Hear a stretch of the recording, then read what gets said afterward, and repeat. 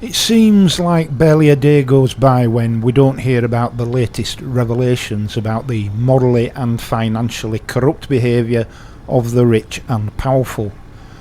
A group of people who constantly lecture the rest of us on how we should live our lives and wherever possible legislate to make us conform, whilst simultaneously immersing themselves in the depths of lascivious behaviour and unchecked greed. These people are unfit to govern, whether as head of state by accident of birth, or whether elected through some cynical piece of theatre masquerading as democracy, or whether through the operation of malign, all-controlling corporations. It has long been said that power and corruption operate cheek by jowl, and that either one can lead to the other in short order. The establishment is nothing more than an elite club of bad actors who are happy to sustain their obscene ways of life at the expense of the rest of us. We are nothing more than clowns on a circus stage, destined to humour the ruling classes with our pathetic attempts at survival in this now dystopian world. From time to time, of course, the veil begins to fall when events combine to give the lie to the world order we have long been told is both right and good.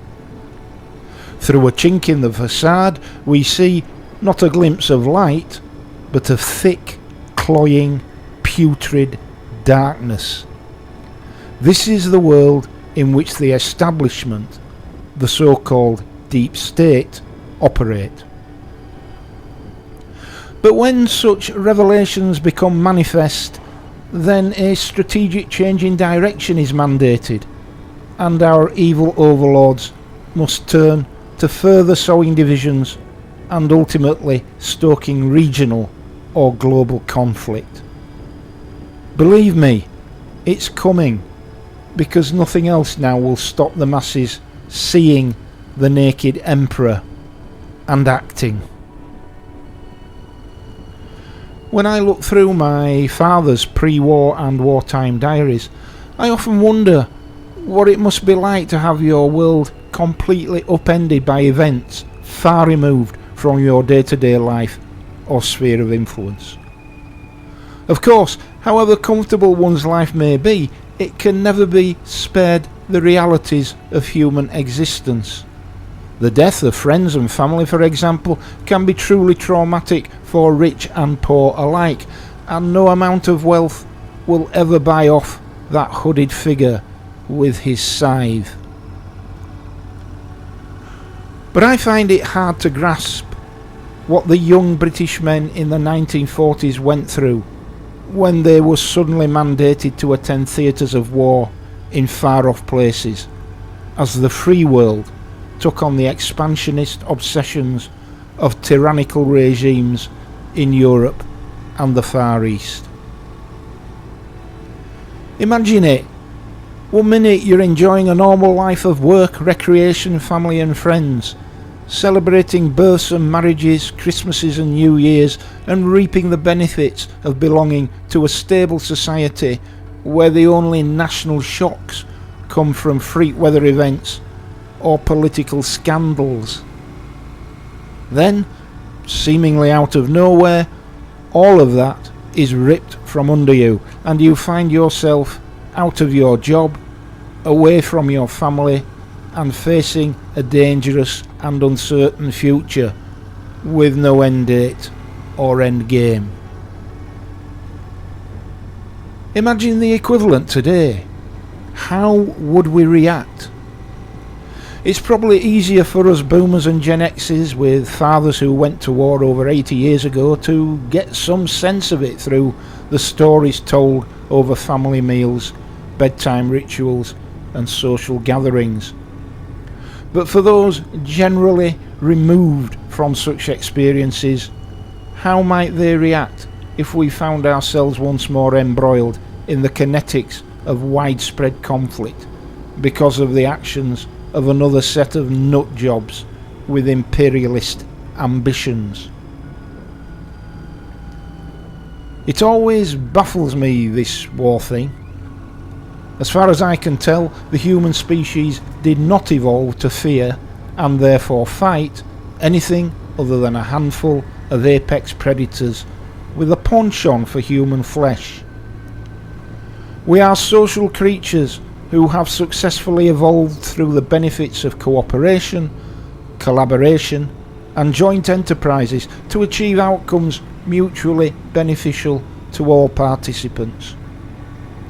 When we walk down a busy street, our first inclination is not to start a fight with everybody else, but to make progress towards our goal by means of coded interactions.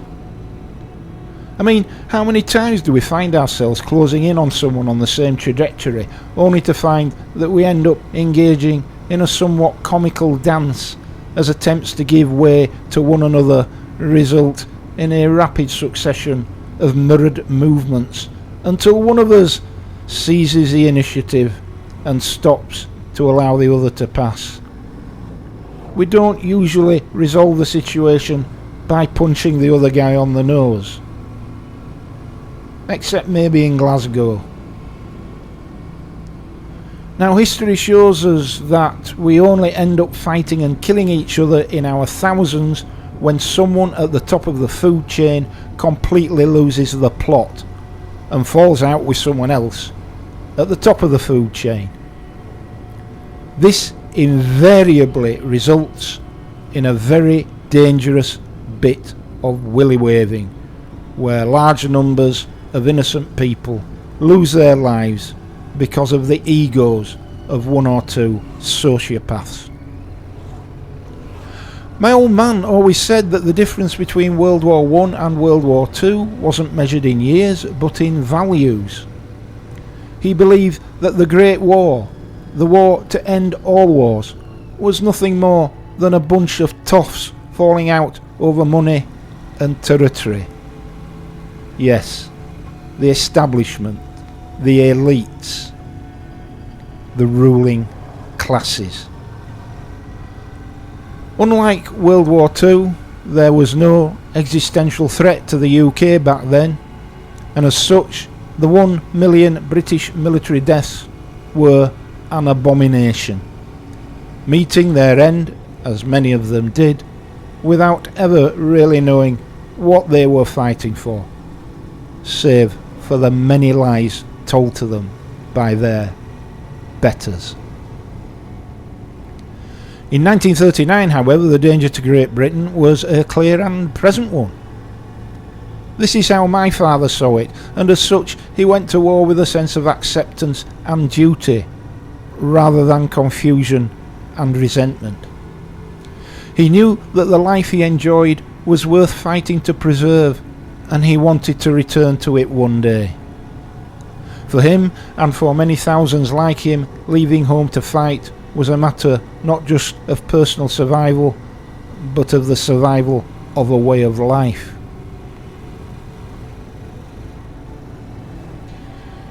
It all got me to thinking that nation states are all about a sense of identity, both individual and collective.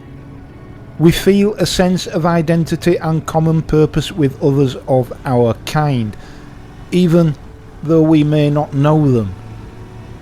There is an affinity which derives from shared values and a way of life, which sets aside risk in the interests of freedom and fulfilment. We feel strongly that these values are worth fighting for, and that our kindred spirits are our brothers and sisters in arms. We will help them in times of need without question, because we understand that in unity lies strength and ultimately survival. We must ultimately never forget that the true purpose of war is to serve itself. It exists to perpetuate the insatiable greed of the arms industry and its corporate partners. an industry from which most, if not all, political corruption emanates. In times of war, the only winners are the Boeings, the Lockheed Martins, the Raytheons, the Northrop Grummans, the Palantirs, the General Dynamics, and, as the injuries come flooding in, the Pfizers, the Roches, the Eli Lillys, the Johnson and Johnsons, all of whose executives and shareholders gorge themselves on ever-expanding wealth, whilst the rest of us finance them with our blood. You can be sure that wherever conflict rages, there is easy money to be had by a tiny few, and that is why, when times get tough for that great and good, they simply cannot lose. We need to wake up to the fact that there is, and always has been, just one enemy.